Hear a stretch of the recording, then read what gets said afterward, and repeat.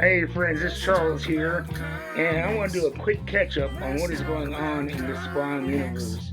I was going to do different videos for each book, but I already covered previous issues in their own videos, and the way I read them was 4 books at a time. So I figured I might as well give them to you that way.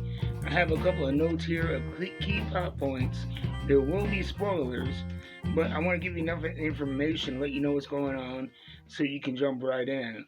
Um, the reason why I let them pile up a little bit and try to read them all, within the same time period, is because the expanded Spawn universe is going through a big change. That is, since the War for Hell, uh, this the dead zones open up all over the earth.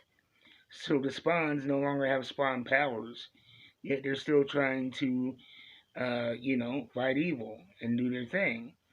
And so I started with the Scorched, and it was this was a very good read. It starts off with a character who I'm not even gonna name, but they give a backstory to how she worked her way up through this agency, and since the change, they've kind of rebooted what they're doing, and she got promoted and she's on her way up, and then she gets a bullet in the head, and this spawn called the Viscerator takes her form.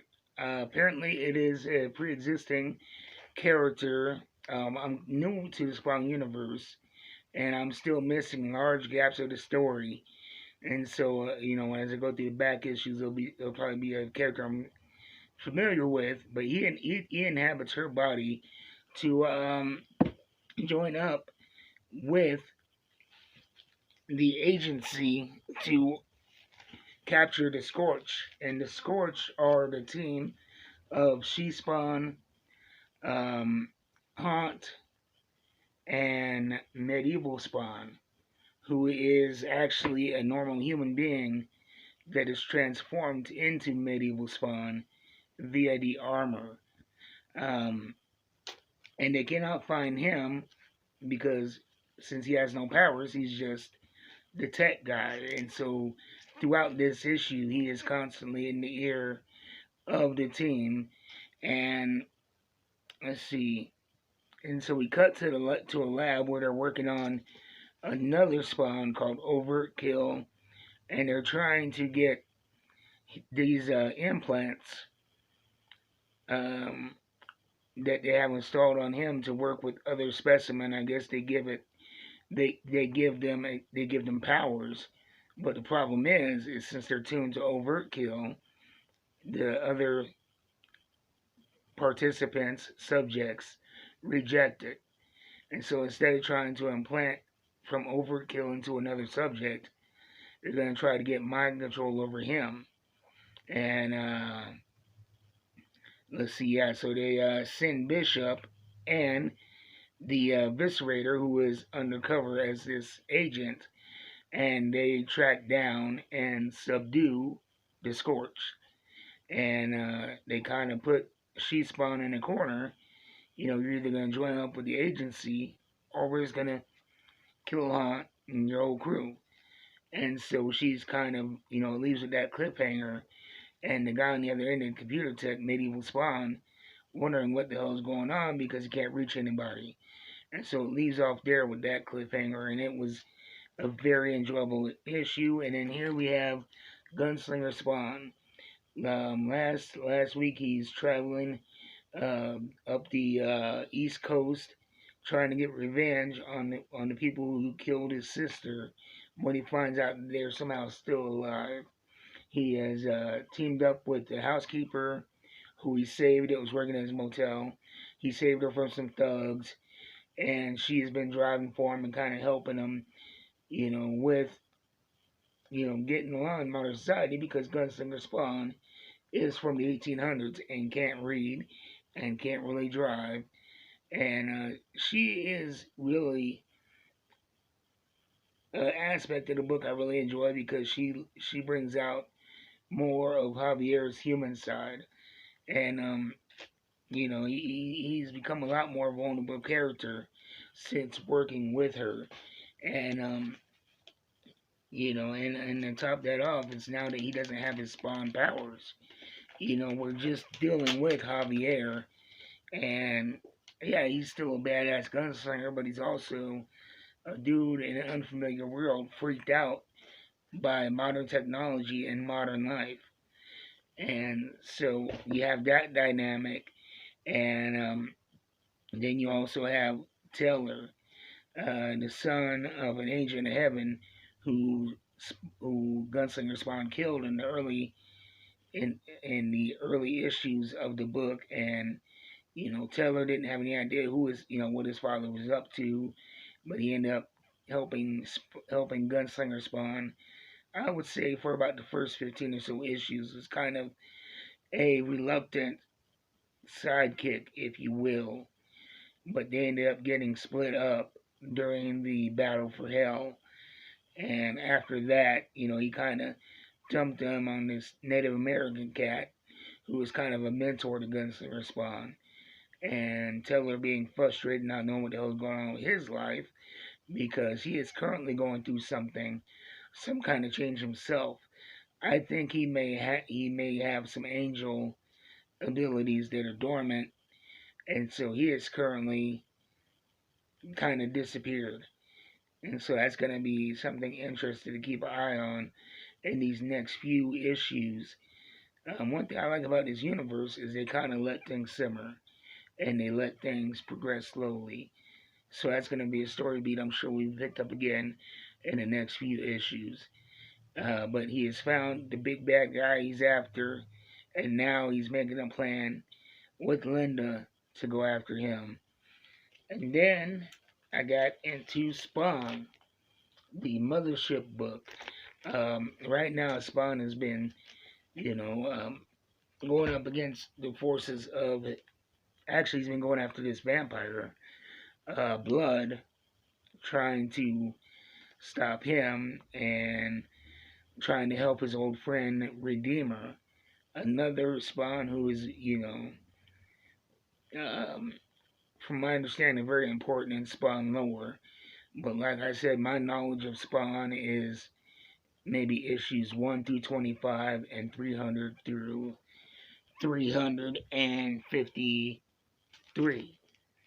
But apparently Redeemer was bitten by a vampire, turned into a half vampire, half angel, but his angel powers helped him control his vampire urges. But since the Dead Zone situation, he's all vampire. And Al Simmons is trying to get the Blood to maybe save Redeemer and, help him suppress that vampire side. And, just put it into Blood because he's a bad dude. And there's also this mystery Spawn. Actually, not really. They're not sure what she is. She has the armor from heaven. She seems to be the only person that has retained their power somehow. And she is fighting on the side of Al Simmons, though she's not. She is clearly pissed off, motivated, and capable. But they have yet to give her a name or even what she is or what she represents. And so it is really a wild card. And at the end, you see Wynn, who is heading up the agency, who is coercing Jessica, Spawn, into working for him, kind of monitoring the situation with Spawn and this mystery being, and as well in the background of the Scorched, putting together other nefarious plans. And so, I mean, if you're gonna be, my feeling right now is in the Spawn universe. If you're going to be reading Spawn, you might as well be reading the Scorched and King Spawn, because they are all telling the same story from different angles. You can go without Gunslinger Spawn, but I wouldn't suggest it just because it's one of my favorite books going currently. But you should definitely be reading Spawn, King Spawn, and the Scorched to get the big picture of what's going on. And so finally, we're going to end with Rat City, futuristic Spawn. This has been very good. We were first introduced to the characters in this Peter and his team. They were like Black Ops guys, and you start off with them in a war zone. You know, things go haywire on a mission. A lot of his team gets killed. He gets maimed along with other team members, and they're sent to this place called uh, PTS, where they give them these prosthetics. But it's not as simple as it seems. These prosthetics are injected with nanites and other experimental stuff that they're trying to do, and they haven't had success in accomplishing what they want. And what they want is kind of very vague. But you see that they kind of, they're using these veterans as test subjects, and when what they want to happen doesn't happen, they kind of put them out on the street, and that's what happened with our protagonist. You start out, and let's see, yeah, there was a blackout while he was at work, and something went haywire, and it knocked our protagonist out for a while, and caused this strange change in him. And you got glimpses of his spawn form in number one, and he really doesn't understand what is going on. And they intimate that Al Simmons doing something in the past caused that blackout. And so we're kind of left with a bunch of question marks there. But we start back up in Peter's apartment. His buddies waking him up, had to bring in the apartment because he couldn't get a hold of him. And you'll find out that PTS are calling these guys in because they want to upgrade their prosthetics. But really, since the blackout, they noticed a change in the subjects they had in their care. So they're calling these guys back in to experiment with them and to see if they were changed by this blackout, by this event. And his buddy Reese is the one, he gets the call that, they report back in. And he has a feeling that something isn't quite right. And so he's very cautious, yet he still convinces Peter to go in, which really doesn't make him seem like that smart of a character. I mean, if you have this nefarious group and you're like feeling shady about them, why are you going to go in? And he's working with another person named Quinlan, and she is, from what I'm gathering, like their tech person, their backup. And by the time they get into PTS, they take Reese in first, and they inject him, knock him out, take his hands, and they're trying to see what's going on. And Peter's in the waiting room, and the guy next to him is freaking out, talking about a demon, how the demons are going to come to get him because of what they did overseas. And, this is a guy who's going through a lot of PTSD. And Peter's trying to calm him down. Reese's phone is going off. They left out with Peter. Quinlan's trying to call. She finds something out. And next thing you know, Reese starts to transform, and he hulks out in the operating room. And he doesn't know what's going on. While on the other side of the room, the hospital, you have Peter starting to feel this change. And he is hulking out. I mean, that's the best way I can really describe it, is hulking out. Let me see if I can find, like right here. He's looking down at his hand. It's starting to glow. And while all this is going on, the guy that was freaking out, he's like, "Yo, you're the demon. You're becoming the demon that I saw."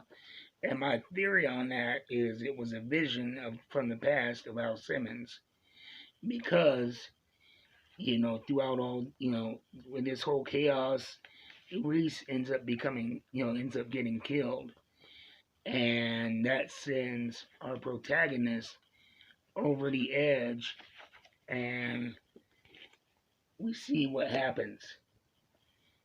And so I'm thinking that there's some kind of ripple, maybe something to do with the dead zones in time, that is activated their spawn powers to whatever they put in these prosthetics. But that's a lot of information. I may go back and read number 1 again and reread this one. But there's just it's a very heavy story. Touches on a lot of things from PTSD from soldiers, the treatment they get when they come home, futuristic action. I mean, all kinds of stuff that is going on in these books. And so that has been my rundown. And this has been a bit of a longer video than I usually do. But like I said, I read all 4 books in one sentence. I want to talk about them as I read them. And with Spawn 353, Gunslinger Spawn 31, the Scorched 29. Love that sheet Spawn cover. And Rat City number 2. I would suggest trying to get hold of number 1. I know they've done multiple printings. And number 2, this is a great opportunity to get on the ground floor of a brand new series that I see is having a lot of legs up under it and is going to be going for a while. So that has been this month's check-in in the Spawn universe. If you like these longer form videos talking about multiple books, let me know if this is something you would like to see, and I will try to put out more content like that. So anyway, until next time, keep reading them books. I'm out.